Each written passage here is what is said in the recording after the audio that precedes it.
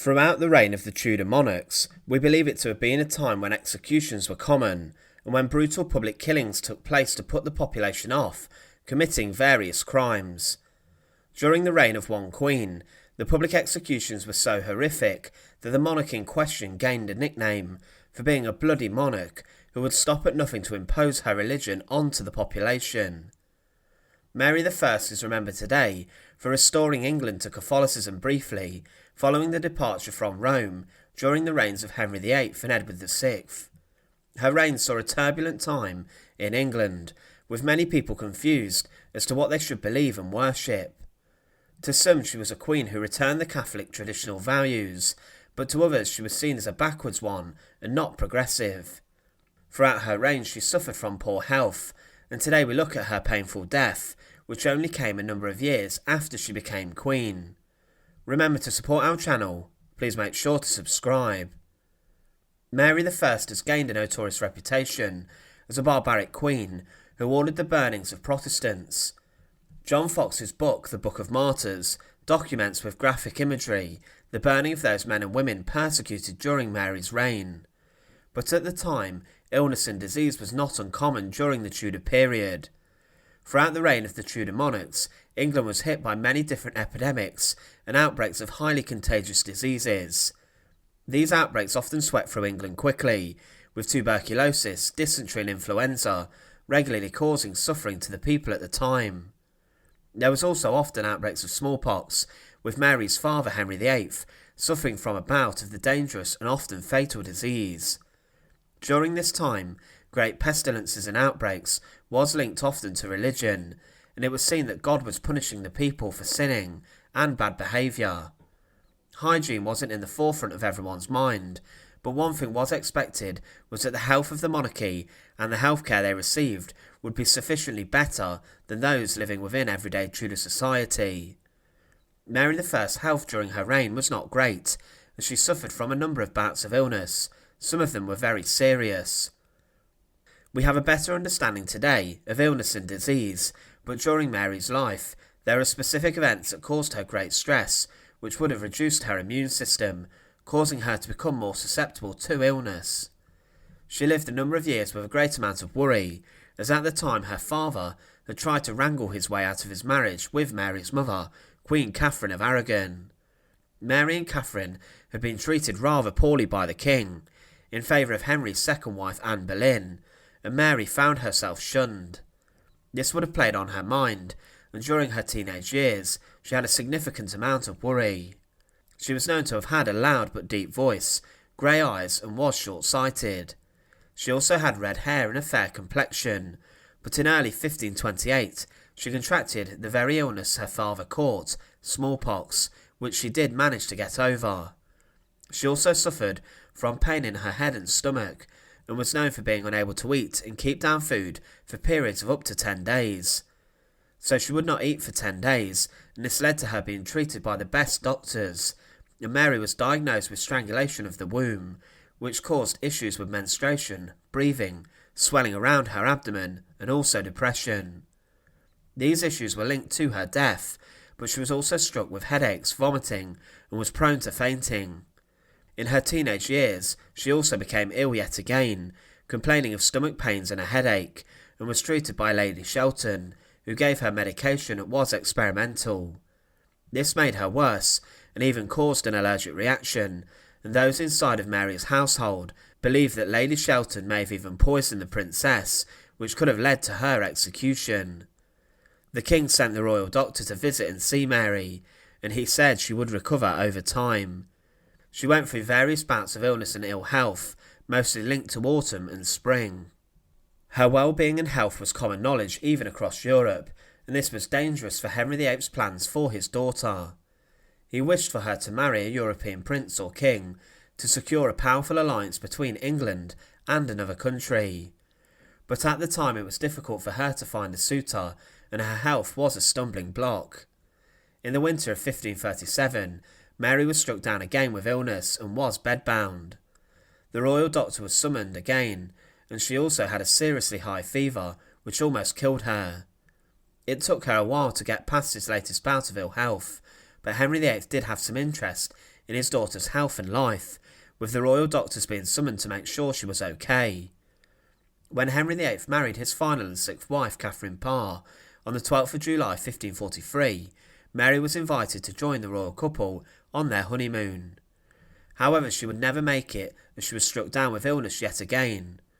She seemed to get a lot of fevers and suffered again with melancholy and depression.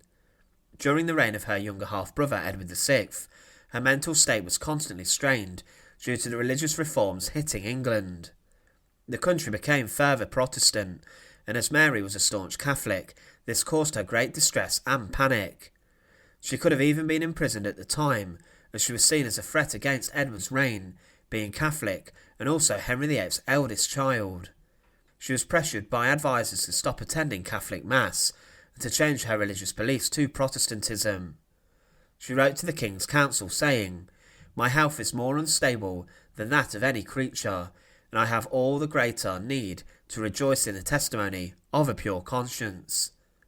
Despite Mary's health being poor throughout her life, she did encounter a number of issues throughout her life, and once she became queen, these did not cease. After Edward VI's death, Mary successfully deposed Lady Jane Grey, the 9-day queen, off the throne, after Parliament switched their allegiance to the Catholic princess.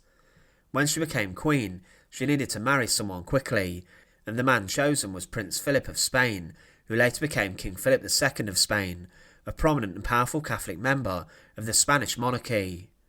Mary's marriage to Philip was met with opposition inside of England, and many feared the influence of the Spanish prince and king on the English monarchy. But the question then turned to an heir, and who would take the throne after Mary. She even imprisoned her half-sister, Elizabeth, the later queen, to ensure she maintained power. Shortly after her marriage to Philip, at the age of 37, she was allegedly pregnant. Despite the fact she had stopped menstruating, the fact she gained weight and was being sick in the mornings led to those at court believing she was pregnant, and even the royal doctors believed this. Parliament even took steps to ensure who would become the next monarch if Mary was to die in childbirth, and it was said her husband Philip would become regent and rule England, which was incredibly unpopular. Preparations were made to await the royal baby in April 1555, and false rumours travelled across Europe that she had in fact given birth to a son, but this was not the case. She wasn't pregnant despite showing signs of pregnancy, but later within months the swelling of her abdomen receded and her stomach swelling went down. This wasn't the news that Mary and her husband wanted, and many considered that the whole pregnancy debacle was very strange. Mary was desperate to become a mother and to secure her own descendants onto the throne, but she believed that her false pregnancy was part of a darker punishment. She believed that due to heresy and Protestantism across the country, and the fact that many were committing religious crimes in England, God had taken her pregnancy away from her and was punishing her. She then fell into a deep depression around her false pregnancy and began to grieve for the child she believed she had lost, and her mood deteriorated as her husband Philip left for war. She began to become worried about assassination and rebellion due to her restoration of Catholicism, and she struggled with insomnia so much that she looked a lot older than she actually was. In 1557, it was believed that Mary was pregnant yet again, and that a royal child would be born in March 1558. But nobody believed the Queen, and despite yet again having a swollen stomach, many thought that the Queen was suffering from dropsy, and rumours about the pregnancy quickly diminished. Mary then made preparations that after her death, her half-sister, Elizabeth, would become Queen of England, as she was not able to provide an heir. She recovered from illness, but in 1558 there was great worry in her country. At the time, England had lost land in France, and there was also a terrible famine, caused by heavy rain, that caused many to starve. There was also a bad bout of influenza that swept throughout the country, which killed thousands at a serious rate. During this epidemic, at the age of 42, Mary I passed away at St James's Palace. In her final weeks, she had become very weak, losing her strength, and she had another serious fever that left her in a bad way. She also suffered with depression and insomnia, and was suffering from dropsy. Because of this, she was moved from Hampton Court Palace to St James's to prepare for her death and to make the Queen comfortable. Her mood became terrible, and she did have moments where she was rational with her advisers, and at times she seemed to pick up, but it was clear in October 1558 that Mary I would die. Philip II learned of his wife's ill health and went to visit her on her deathbed, even sending his own doctor to see what he could do to treat her. On the 8th of November 1558, it was drawn up that Elizabeth I would become the Queen after Mary's death. Over the next week or so, Mary drifted in and out of consciousness, and her household deserted her to Elizabeth for them to try and secure a place in her household. Mary went blind and suffered, and she prayed for salvation and for God to look after her.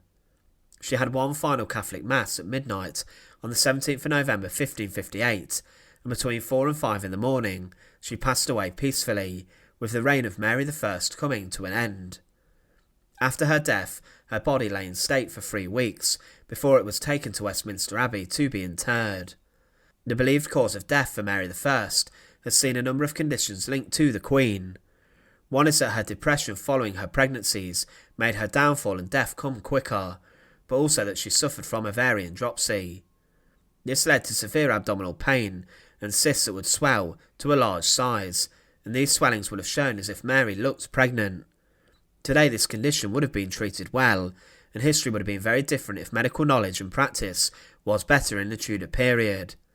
Mary stated that her illness was her old guest, and many believe that the flu outbreak across England also led to her death. Despite Mary I being known as Bloody Mary, she lived a rather tragic life, shunned by her father Henry VIII. Her health throughout her life was not good at all. Today we associate Mary with the burning of Protestants in huge public shows of brutality, and she's seen as a Catholic who was firm in her beliefs, returning England to Catholicism. She died a Queen of England, a woman who was incredibly strong in her religious convictions, and also a woman who suffered a large amount throughout her life with her health and well-being. Once again, thanks for watching. To support our channel, please make sure to subscribe, and once again, thank you so much for watching.